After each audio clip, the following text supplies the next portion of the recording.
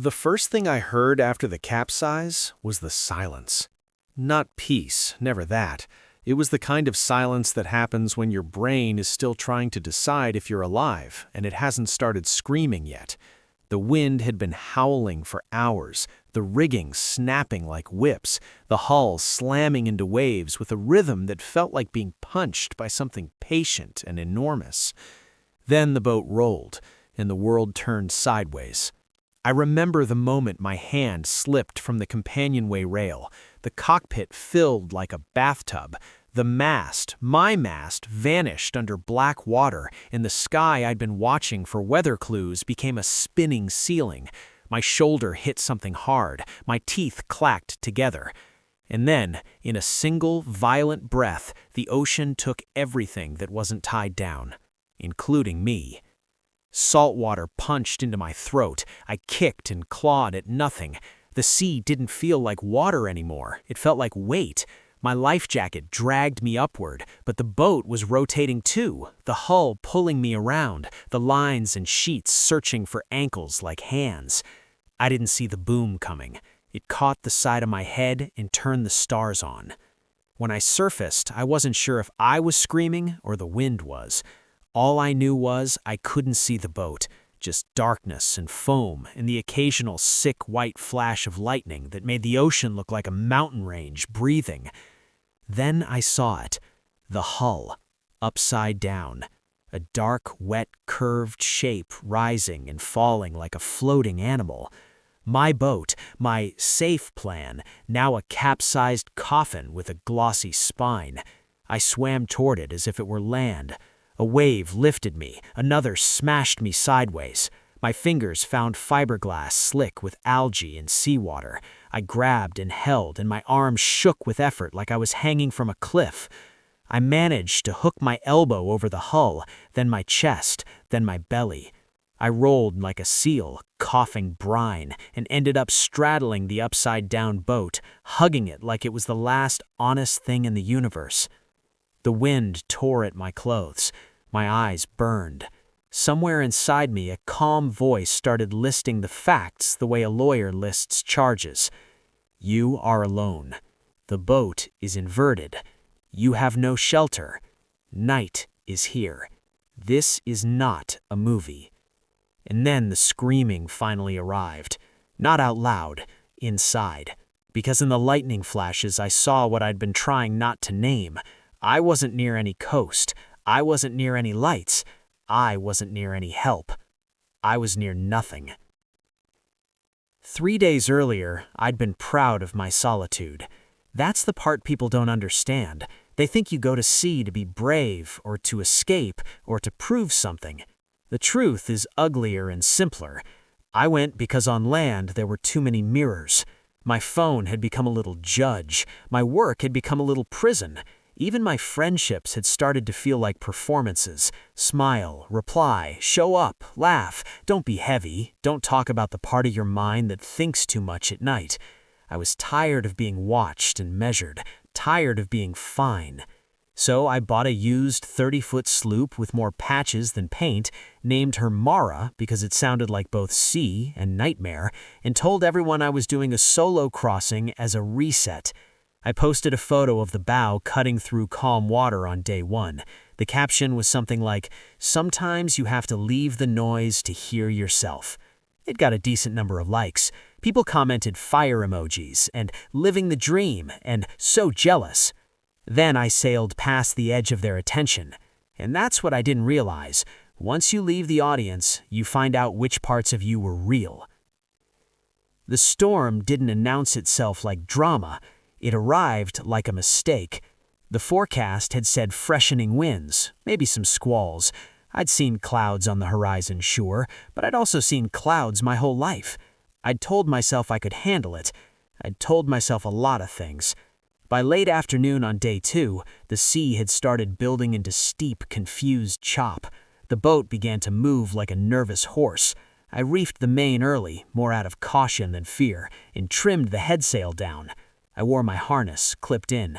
I made tea that immediately went cold. When the first real squall hit, it felt like being shoved by a giant.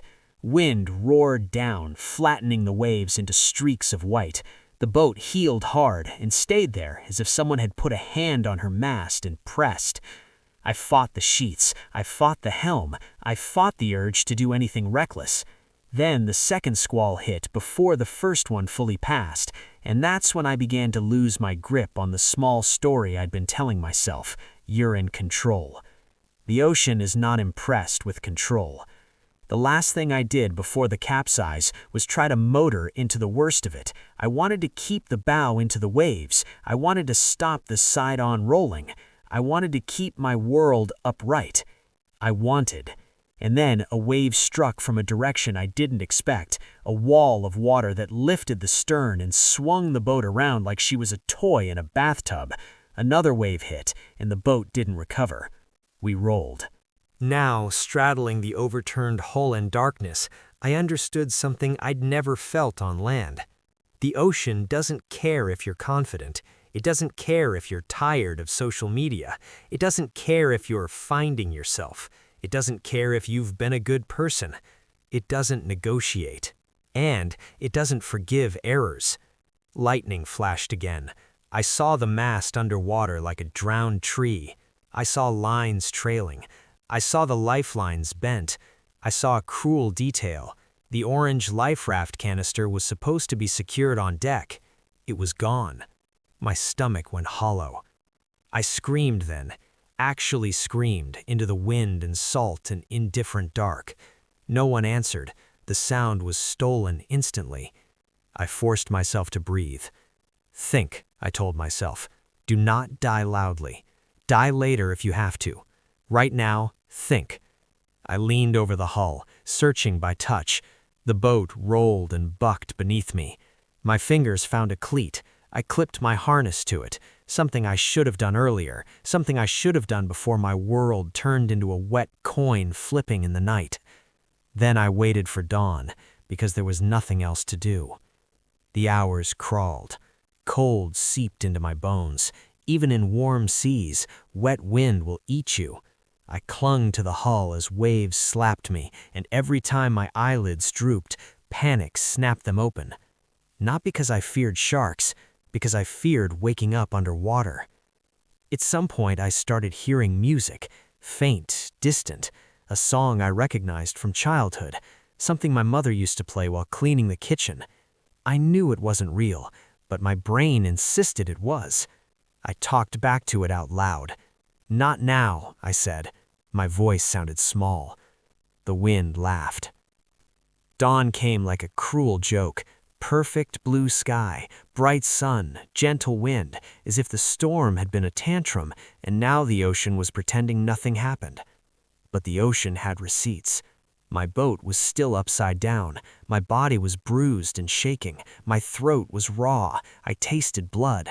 My head throbbed where the boom had struck me, and when I touched the spot, my fingers came away red. I scanned the horizon. Nothing. Not a sail, not a ship, not a contrail, just a circle of blue with glittering teeth. Then I realized something even worse. In daylight, the overturned hull wasn't a raft. It was a slick, curved surface that was trying to throw me off every time a swell rolled through. I had no shade, no water, no food. My emergency bag, my grab bag, was inside the cabin, which was now underwater like a sealed tomb. I stared at the hull as if it might open for me out of pity. It didn't. So I made the first ugly decision. I had to go under. I found the companionway area by feel, where the cockpit had been. The boat was inverted, so what used to be down was now up, and what used to be the entry into my little world was now a dark mouth beneath the surface. I took a breath, said a quick, shameful prayer to any god that might be listening, and dove. The water was clearer than I expected. Sunlight reached down in pale shafts. The boat's underside was a smooth belly. I found the opening and shoved myself inside. Instantly, everything changed. The world became green and muffled. The sound of my own heartbeat dominated. I pushed through the companionway and entered a bubble of trapped air, an upside-down pocket near what used to be the cabin ceiling. For a moment, I just hung there, half submerged, gasping. The cabin was chaos. Gear floated in slow motion, a book, a shirt, a flashlight, a spoon. A curtain rippled like seaweed. The smell was a mix of fuel, wet wood, and desperation. My grab bag was supposed to be clipped near the nav station. I groped through floating junk until my hand hit fabric. There. I yanked it free with nearly crying with relief, and then remembered I still had to get out. I dove again, banging my shin on something. The pain shot up my leg. My lungs burned as I pushed through the opening, and when I burst into daylight, I sucked air like I'd been reborn. I clung to the hull, hauled the bag onto it, and sat there shaking. Inside the grab bag, a handheld VHF radio in a waterproof case, a small EPIRB beacon, flares, a signal mirror, a foil blanket, a tiny first aid kit, energy bars, and, like a miracle, 2 sealed pouches of water and a few electrolyte tablets. 2 pouches. That's the kind of number that seems generous on land and obscene at sea. I didn't drink them immediately. I stared at them like they were gold. I turned on the EPIRB. A light blinked. I held it up like a candle to the sky and told myself that somewhere a satellite would catch the signal and someone in an office would point to a screen and say, "That's a person." Then, the VHF. I tried hailing, voice cracking. No answer. I tried again. Static. I checked the radio's battery indicator. It wasn't full. Of course it wasn't. I had a beacon, I had some water, I had a hull, and I had the sun rising like an interrogator. Day 1 of drifting taught me the first rule of survival. Your enemy isn't pain, it's time. Pain is immediate, it demands attention. Time is slow and polite, it just keeps taking. By noon, my lips were already drying. By mid-afternoon, my skin started to feel like it was tightening over my bones. The sun baked the hull until it was hot enough to sting. I tried to sit with my legs dangling in the water, but the movement made me seasick. I tore open the foil blanket and draped it over my shoulders like a cape. It reflected sunlight, but it also trapped heat. I had to angle it, shift it, manage it. Survival becomes a series of tiny negotiations. I used the first aid kit to clean the cut on my head and wrap it. Every time I touched it, my vision pulsed. The ocean looked calm, but it was always moving. The hull rose and fell, like breathing. I caught myself thinking, maybe this is all the ocean does. It breathes, and sometimes it exhales storms. Late afternoon brought the real temptation, sleep. Not because I was relaxed, because my body couldn't keep its eyes open anymore. I tied my harness line around a stanchion base that was now sticking out of the inverted hull like a broken tooth. I clipped myself in, then clipped a second knot because I didn't trust my hands. Then I allowed myself to close my eyes for just a minute. I dreamed of a faucet, a kitchen faucet. I saw water pouring out, clear and endless, and I put my mouth under it like a starving person. When I woke, I was licking salt water off my own wrist. The panic that followed wasn't rational, it was chemical. My body realized it had lost time, and it wanted to punish me for it. I sat up too fast and vomited salt water and bile. In the distance, I saw something dark. My heart slammed. A fin? I squinted until my eyes watered. The dark shape rose and fell, then vanished. It was a piece of driftwood. I laughed, an ugly, cracked sound, and then I started crying, which was worse. Tears are water you can't afford to spend. I forced myself to stop. When the sun went down, cold returned with sudden cruelty. The ocean does that. It burns you, then freezes you, like it's testing different ways to make you quit. At night, the stars were so sharp they looked fake. On land, we pretend the universe is decorative. Out here, it's a ceiling that doesn't care if you're dying beneath it. I thought about my last post, the caption, the likes. No one was watching now. No one would clap if I survived. No one would even know the details of my failure if I didn't live long enough to tell it. And that's where the real terror lives. Not the storm, not the sharks, the idea that your suffering might be invisible, that your life might end without witnesses. Day 2, the sun rose, and with it, the hallucinations began. They didn't start as obvious visions, they started as errors.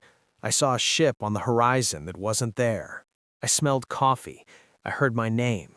At one point, I was certain I heard a phone notification sound, the cheerful little ding that used to rule my day. I actually looked around for my phone, as if it might be floating beside me like a helpful pet. I tried to stay busy to keep my mind from wandering off cliffs. I fashioned a crude shade using the foil blanket and a broken piece of line, angling it like a sail. It wasn't much, but it made a thin strip of shadow across my chest. I pressed my face into it like it was mercy. I checked the EPIRB. It blinked faithfully. I checked the radio. Static. I rationed water by doing something that felt insane. I took a capful, swished it around my mouth, and spit it out. The relief was immediate and cruel. I ate half an energy bar and made myself chew slowly to trick my stomach into thinking it mattered. In the afternoon, clouds gathered. My heart lifted like a rescued animal. Rain, please. The clouds passed without giving me anything. That night I had a conversation with my father, who has been dead for 5 years. He sat on the hull beside me, dry as if the ocean respected him. He looked out at the stars and said, "You always wanted a clean break." I answered him without realizing. I didn't mean like this. He nodded the way he used to when he thought I was being stubborn. When I blinked, he was gone. I held my knees and rocked, a grown man on an upside-down boat, trying not to disappear from the world. Day 3 is where most people quit. Not dramatically, quietly. Your body begins to accept a smaller version of life. Your mind starts offering bargains. Just rest. Just stop fighting. It'll be easier. The ocean's greatest weapon is how reasonable surrender can sound. In the morning, I noticed my hands trembling. Not from cold, from something deeper. Electrolyte imbalance, fatigue, fear. I tried to open the second water pouch and fumbled it. The plastic slipped from my fingers and bounced. For a split second, I watched it roll toward the water. My entire soul lunged. I threw myself across the hull, scraping my ribs, and caught it at the edge. I lay there panting like an animal, clutching the pouch to my chest, whispering, "Okay, okay, okay." That's when I understood. I wasn't fighting for dignity anymore. I was fighting for chemistry, for the salt and water ratio inside a meat machine. And yet, somewhere under that humiliation, something stubborn remained. A refusal. Not heroic, not cinematic, just a quiet, unreasonable no. Midday, I saw a line on the horizon. Straight. Not a wave, not a cloud. A ship's superstructure. My heart almost stopped. I grabbed the signal mirror and tried to aim it, hands shaking. The ship was far, too far, but it was real. I could see it growing, slow and indifferent. I pressed my ear to the mirror, tried to catch the sun, tried to throw a flash toward that distant steel. Flash. Miss. Flash. Miss. The ship seemed to drift sideways across my vision. It wasn't turning, it wasn't coming toward me, it was passing. I screamed, I waved, I held the mirror until my wrist cramped. I fired the handheld flare, one of the small ones that hissed and burned bright for a handful of seconds. The flare arced up, beautiful and useless. The ship kept going. And in that moment, something inside me broke, not into surrender, but into rage. Not at the ship, not at fate, at myself. I had wanted to vanish from the noise of life. I had wanted to be unseen. Well, congratulations. I was unseen.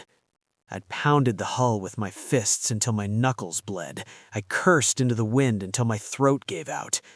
Then I sat very still, because I realized something else. Anger is fuel. It's messy, but it burns, and I needed something that burned. That evening, clouds returned, this time thicker, darker, moving with purpose. I watched them like a starving man watches bread. The first drops hit my face, and I laughed out loud, a high, almost hysterical sound. Rain! Real rain! I ripped open a plastic bag from the grab kit, meant to keep things dry, and shaped it into a funnel against the hull's curve. I used the foil blanket to guide the water, and I caught it in the empty water pouch.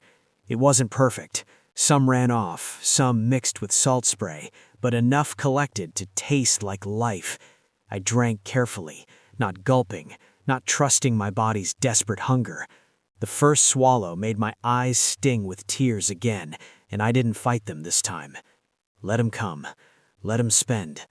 Because for the first time in 3 days, I believed, just slightly, that I might not die out here. Day 4, the ocean tested that belief. The rain had shifted the weather, and with it, the sea.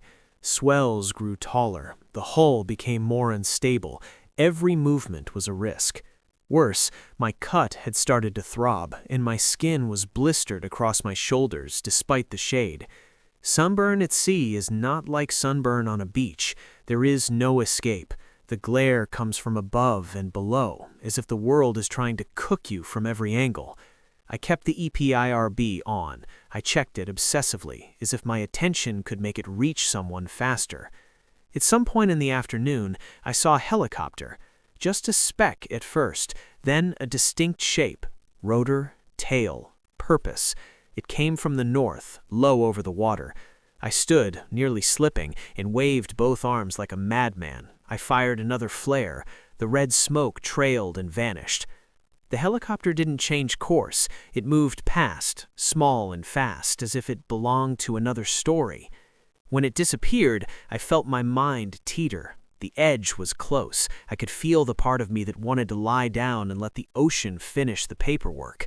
Instead, I did something I'd never done before. I told myself the truth. Not motivational truth, not poster truth. A plain, ugly fact. If you stop, you die. So I kept moving. I kept adjusting shade. I kept checking the horizon. I kept drinking tiny amounts of collected rainwater, chasing it with electrolytes.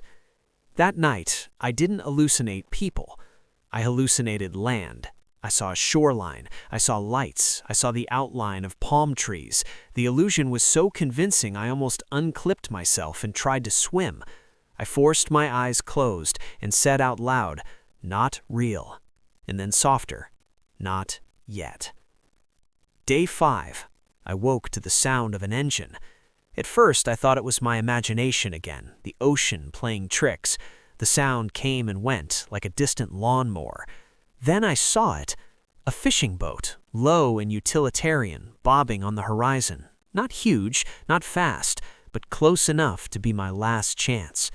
I grabbed the VHF and tried again, voice cracking. "Mayday? Mayday? This is a survivor on an overturned sailboat. Approximate position unknown. Please." Static. I tried a different channel. I tried again. Nothing. The fishing boat moved like it had a destination that didn't include me. I fired my last flare. It streaked up, bright and furious, and for a second the ocean was lit in red, like a wound. The flare burned out. The boat kept going. I felt my throat close, my chest tightened, something animal rose in me, panic, rage, grief. And then, finally, the boat's bow shifted, just slightly. It turned. Not dramatically, not like a hero entering the scene, like someone who noticed a strange thing and decided to check. I didn't have energy to celebrate. I had only enough to keep waving, to keep existing. As it drew closer, I saw 2 men on deck. One lifted binoculars, the other pointed. The boat approached the overturned hull cautiously, as if it might bite.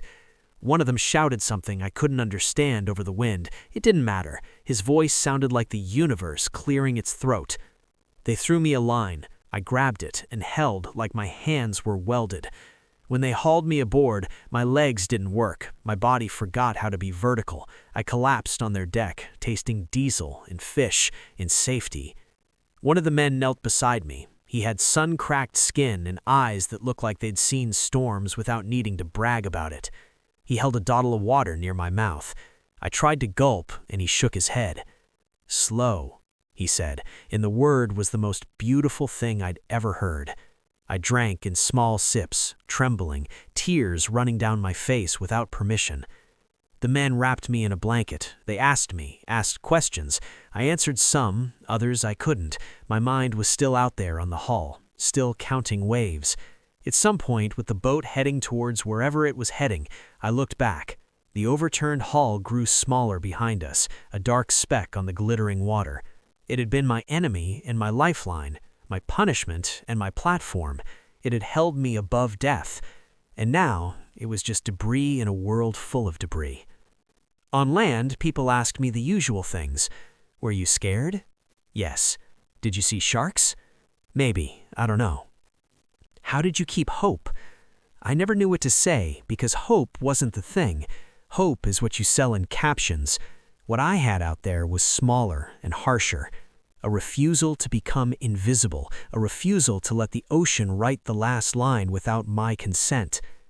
In the hospital, when my phone finally turned on again, I had messages, missed calls, people saying they'd seen the news, where they'd heard rumors, where they were so glad. Someone even commented under my old photo, "You're so brave." I stared at the screen until it blurred. Brave? Maybe. Or maybe I was just a weak man who finally met something stronger and learned, too late and just in time, that strength isn't a feeling. It's a behavior. It's clipping in when you're tired. It's diving into a flooded cabin when your lungs are screaming. It's collecting rainwater in a plastic bag like it's sacred. It's saying not real to the illusions that try to seduce you into drowning. The ocean doesn't accept the weak, but it also doesn't accept the strong, at least not the kind of strong people pretend to be for an audience. Out there are no spectators, only choices, only consequences. Only you, alone, on a moving world, deciding again and again whether you're going to keep breathing. And the strangest part? When I think back to the worst moments, when my mouth was sand, when the stars looked like needles, when I heard dead voices and almost believed them, I don't remember feeling heroic. I remember feeling small and stubborn and unbelievably alive. Because in the end, survival isn't about winning. It's about refusing to disappear.